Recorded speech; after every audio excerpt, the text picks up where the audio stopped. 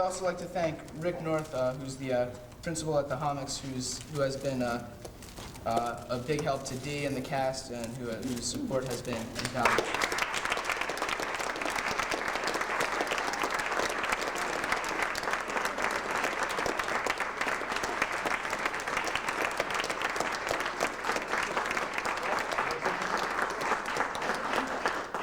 As you all know, that this is the 20th anniversary of Shakespeare. 14 years ago, 20th anniversary of Shakespeare here in Hamlin. 14 years ago, I became principal of Homics, and as I was finding out more about Matinee, one of the things they said was, well, you know, that's where they do Shakespeare. And in those days, it was Shakespeare's Middle School. It's so unusual and so fulfilling for me to have worked with Dee to produce these kinds of enterprises over all these years. Dee, we're so very, very proud of you.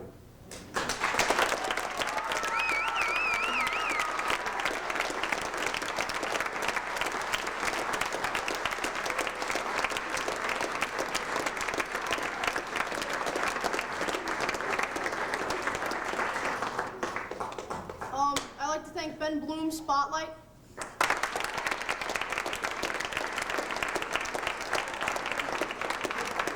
We'd like to thank our stage managers, Julie Kalos, Catherine Hyland, and Katrine Myers.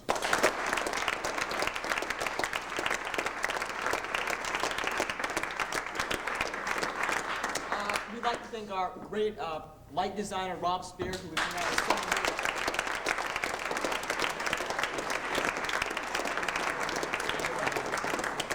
We'd like to thank our sound operator, Josh Hill, up in the booth.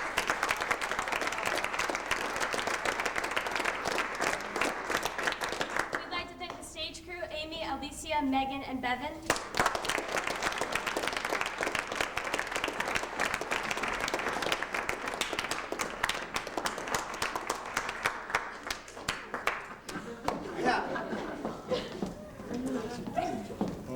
As you probably know this year, the play is dedicated to Matt and Kier, and J.D. Brown, who have been with us for 4 years. So Marshall and I wrote a little poem about them. Kier, Matt, and our beloved J.D. What is there to say about Dee? From A Midsummer Night's Dream 5 years ago to Matt with a really big fro. Since you made us laugh for all that time, we decided we would write you a nice little rhyme. Your humor and talent delighted us all. You kept us inspired till the last curtain call. It started with J.D. in the same part as me, as Philostrate, the effeminate maitre d'. And the following year came Oberg and Kier. For a comedy of errors, the audience cheered. In Twelfth Night, you showed your dramatic abilities, that is, when you weren't behaving like trees. Last year, you all helped to tame the shrew, a task that very few people can do. Now J.D. is no longer on stage, but that is only because of his age. Matt and Kier are still going strong in this Midsummer Night's Dream, filled with 60 songs. These three jesters of Shakespearean tales, whose attempts at humor never fail. We will always hold you close to our heart, even long after you depart. For how can we ever forget the joy that you brought to every sin?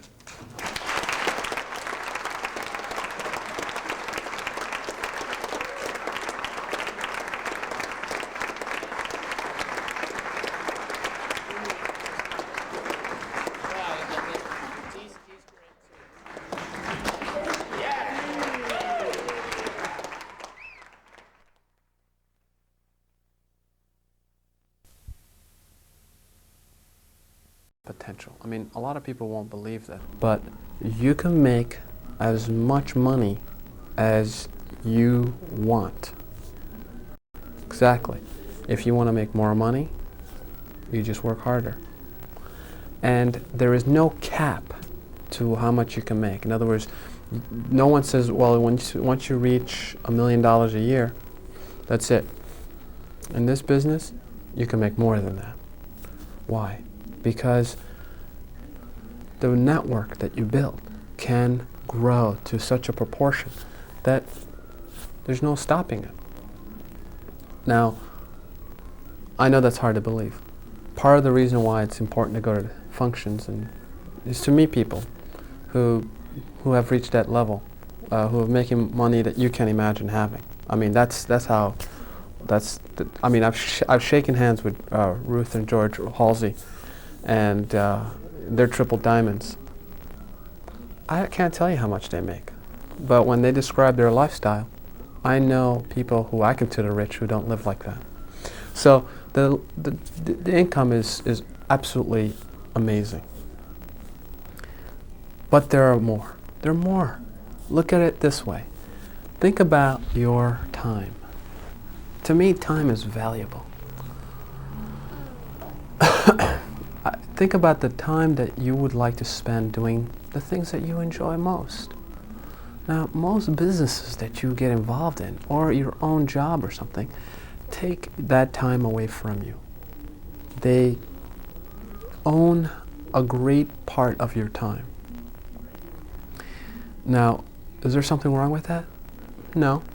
But when you consider the fact that you have a limited amount of time you can spend on this world, in this world, with your children, with your spouse, that's a good reason to reconsider. I mean, think about it. Most of your day, the time when you're most active, the most energy, is spent outside the people you care most about. And they get the leftovers. I mean, my wife, she gets the leftovers of my day. I'm tired, I'm irritated, I just want to be left alone. I just want to relax. My children come to me and they want that energy. I can't give it to them. Why? Because I've spent most of that energy somewhere else, doing something for someone else, making someone else money. Now, those are some of the things that, the benefits of this business. Once you get this business built, you can do whatever you want. You don't have to be anywhere, anytime, any place. See, that's the beauty of it. Once you start building the business and you start making money, that money still comes to you. You don't have to punch a clock. You don't have to be anywhere. You don't have to answer to anyone. You're your own boss. Now, what are the benefits of that? Well, there's some things I want to do that I consider very precious, very important to life, very important to my family. And I want to be able to spend that time with them and be able to develop relationships with them. I mean, there's things I want to do for the church and for the Lord and activities. I want to get involved with youth activities and help some kids who have no role models, you see. Now, those to me are valuable benefits to building this business. What are some of the other benefits? How about buying from yourself? How about the convenience of having a home shopping opportunity to be able to buy through catalogs? Thing that it's hard to understand in this business is that once you build a network to a certain degree, the products are almost free. And that's something that you'll understand another way. But you get to travel. You can have a business built. John meets Paul in Rhode Island, introduce him to the business. All of a sudden you have a network through Rhode Island, and you have to go to Rhode Island. George meets Peter, who meets Ruth, and she's from Germany. All of a sudden your business goes to Germany. These are the things that are exciting. Now, when I start talking about this business, I just get very excited. And I'm really excited about 1994 and what I want to see out of 1994 and what I want to develop there. One of the things is I want to be able to build a network to be able to get rid of one of my jobs, you see. And that is very easily done by building a network. Now, how do I do that? Well, I help you, see. The way you build this business is you help someone else make money, and then you make money. So what I'm going to do is I'm going to do everything I can to help you guys make money. I'm going to help you put people under you, help you sell the products and get the products out, and make it as easy and for you as possible. So you just let me know when you want to share the plan, when you want to move the products, and any help I can give you. But the most important thing though is to remember why you're doing it. Because once you get the bigger picture of this thing, and by the way, on the 14th and the 16th and 17th, you do get a big picture of it, of what the possibilities are. You will be able to understand how to grow and how to build it. And so write down a list of people. Get a list of people. I want to help you get at least 5 people. I want to help you. And I want to get them under you. And then I want to help them get at least 5 to 9 people. And then I want to help them, boom, boom, boom, boom. It builds, it grows, and it grows. And before you know it, the money starts pouring in, you see. You have to build a network. You have to read the books. Now, why do we want to read the books? We read the books because it helps us formulate our minds on understanding people and understanding attitudes and how to deal with communication and communicating. Because this business is about communicating to people and being able to broaden our minds to help us understand more and more things. Why do we go to functions? We go to functions to get the big picture, get more advice from people who are successful in the business. We go to functions to get better acquainted with our upline and be able to learn what's available through the business and how we can make our business grow. We go to the seminars to learn how to run the business, how to do, how to build the network and how to work the network. That's why the seminars are important. The tapes are good for when you're driving home and you're listening to tape. You're listening to testimonies of people who succeed in the business and what they've done, and you get pumped up. You learn so much about it. Why do we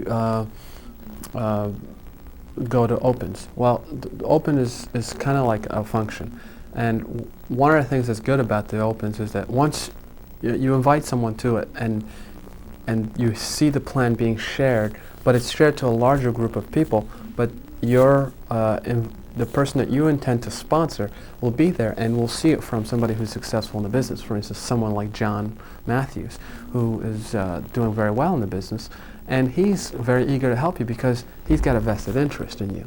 So part of the reason why we have to do those 5 things is to help us build this business. 1994, to me, is going to be the year of financial freedom. It's going to be a year where we're going to work hard to try to get our network built.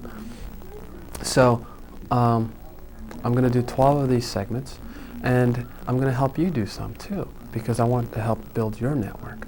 Now, here's some of my advice. Find somebody that has that's looking, somebody that's searching for a way out. Show them some of the products. Share some products with them. Maybe just talk to them about what their goals and aspirations are and how they want to be financially free, and then invite them over to either meet me, Jim, John, or Donna, or have us come down to your house and then share the business plan with them. Or you can invite them to a function. There are many ways of doing it. You can show them the videotape. You can do whatever you want. It's your business. We're here to just help you build your business. And I want to let you know that I love you, and I'm excited, and I want to see us on the beaches of the world. So you stay cooking and moving, and we'll be there for you. And I mean, I know that this is kind of corny for me to be on video, talk to you guys like this, but I believe so strongly that this is going to work, that I want to be accessible, and I want us to feel like we're close, and I want to be responsible for helping you build your business. Okay? So you guys take care, and if you have any questions, just give us a call, Leslie or I. The way it works is if I'm not available for an answer and Leslie's not available, you can call Donna, and if Donna is not available, you can call Jim, and if Jim is not available, you can call, the Butterfields, or Jane, or Jean, or John, and it just goes upline. Most of them will be absolutely eager to help you, so don't feel hesitant to get this business on the ground and get rolling. So you guys just go ahead and do it, and we'll be together on this one. All right? Take care.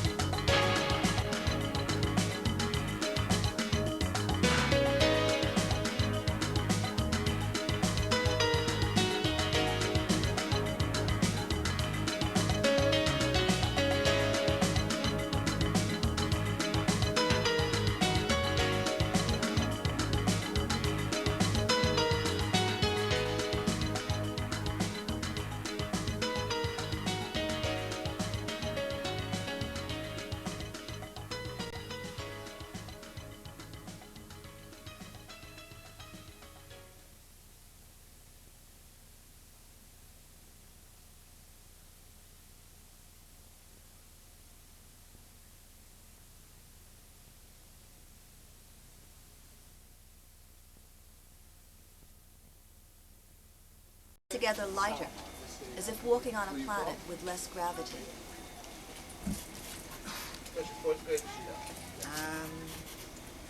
I'm going to read a tiny little episode that takes place around the pool. Of the 4 members of the family, one of them, Andy, who is a 16-year-old boy, is the only one who's really unhappy in LA. And the family has just moved into a place with a swimming pool, and they were all cavorting and jumping around in the water.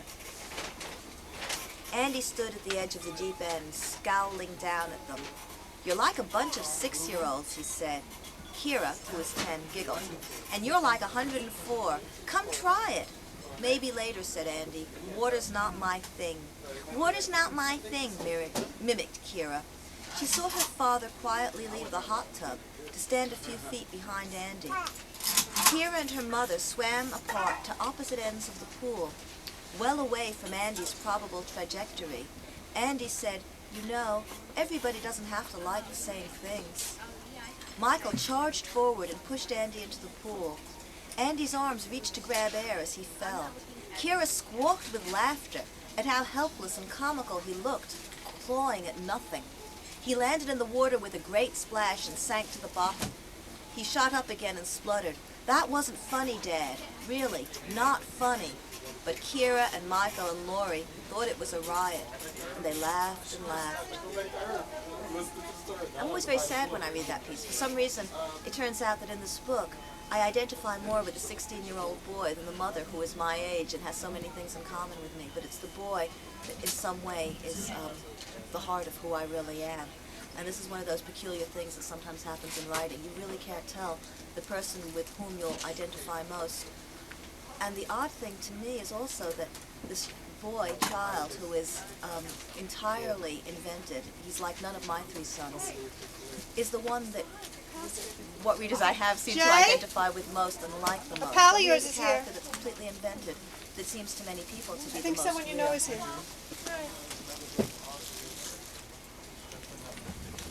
Well, let me sign a book.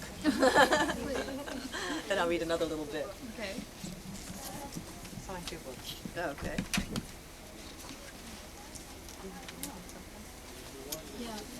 It's this lady signing here, but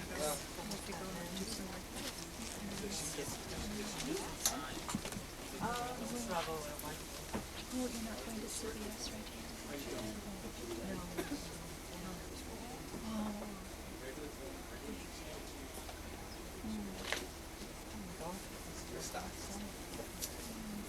Okay. What, now? Oh.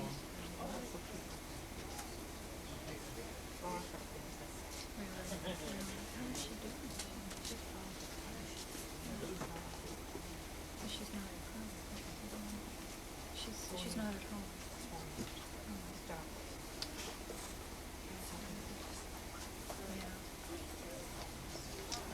Kathy sell a lot of books. You miss, I read especially for you, and you were somewhere in the stacks.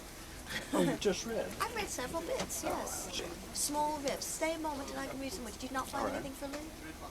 Did you not find anything for Lee? No. I went to the music show and the golf show. Oh, yes, Got the some golf. paraphernalia. What about a Her golf? plus fours and mashing into. Perhaps you'd like that. I think it's going to be very difficult to buy for you. It always is, but particularly this year, I should think. Any latest news about him? No, I don't think Ben's talked to that lately. I'll be bringing my boys over soon. You know I have this droll evening ahead of me. An entire Cajun band at my table. Oh, really? Yes. Oh, You didn't know exciting. that? No, that's the big event tonight. No, I haven't. Really? Boys over. Oh, here's a boy. Here's one boy. Caterer. You're the caterer. You provide the food.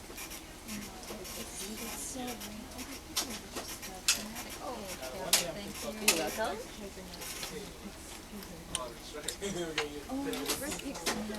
Is that really wonderful? The first one really was. I will have to read it then. I don't know why I've been resisting it for so long. I want a piece of that thing, that roll that has a little meat. For some reason, the knife got lost on the way down here.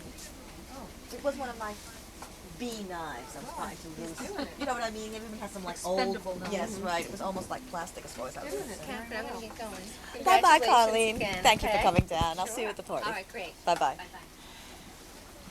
Okay. Some books to sell. How many copies? A few. A few. Only one person bought this. There's a very respectable cancer doctor who was a student in my class who also lives in America. He bought it?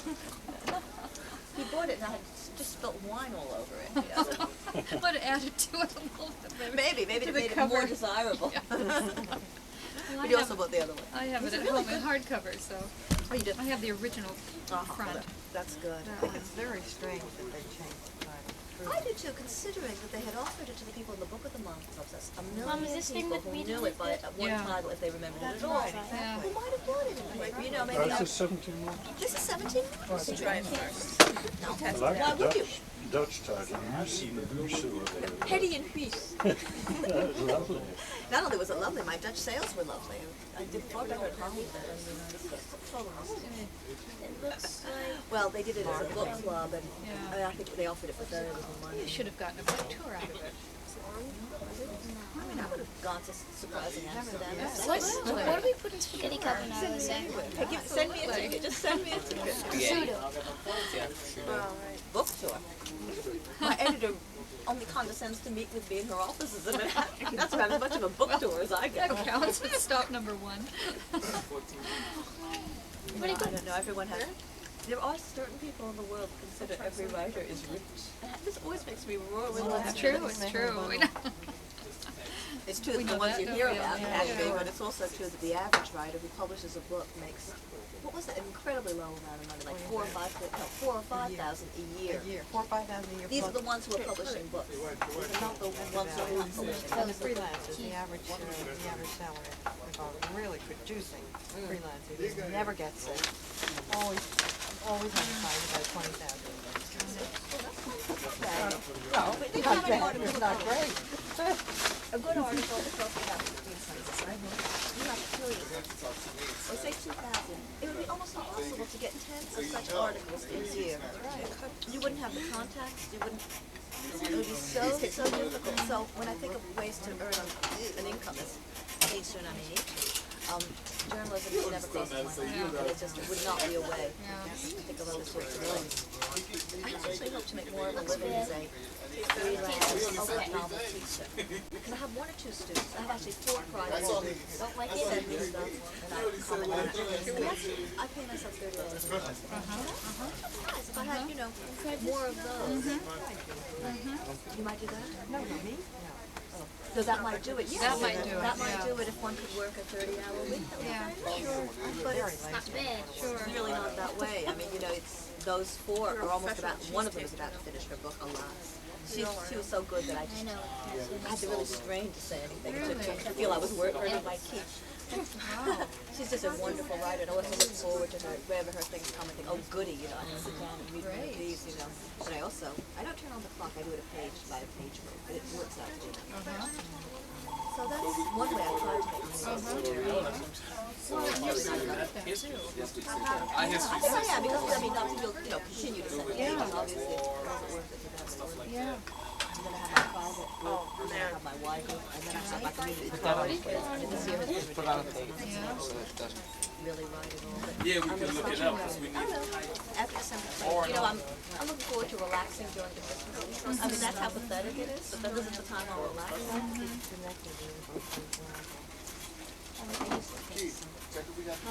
Just the one class at community college, I realized any university job, even if they have me, it's 3 or 4 Have you done all your Christmas shopping? I would never write. I would make an English. Have you done any of your Christmas shopping?